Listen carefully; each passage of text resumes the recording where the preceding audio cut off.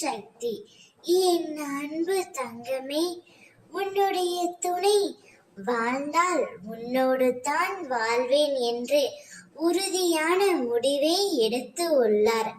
அவர் உன்னோடு தான் வாழ்ந்து ஆக வேண்டும் என்று அவருடைய வீட்டில் சண்டை போட்டு கொண்டும் உள்ளார். அப்படிப்பட்ட உன் துணையை நீ கைவிட்டு விடாதே என் தங்கமே. உன் துணையிடம் நான் சொல்லும் ரகசியத்தை சொல்.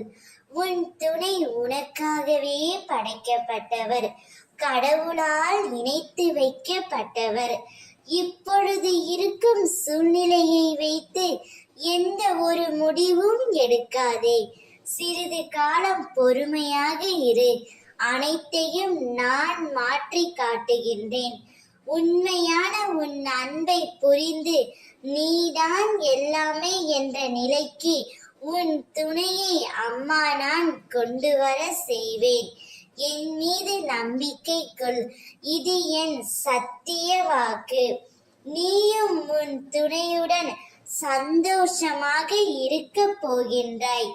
நீயும் உன் துணையும் ஒன்றாக மகிழ்ச்சியாக வாழ்வதை பார்த்து உன்னை சுற்றி உள்ள சிலர் எரிச்சல் அடைகின்றன.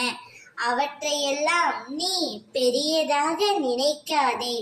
உன்னையும் உன் துணையையும் சேர்த்து வைத்து நோய் நொடி இல்லாமல் நீண்ட ஆயுளை தந்து அந்த ஆயுட்காலம் முழுவதும் உனக்கு மகிழ்ச்சியை மட்டுமே தரப்போகின்றேன்.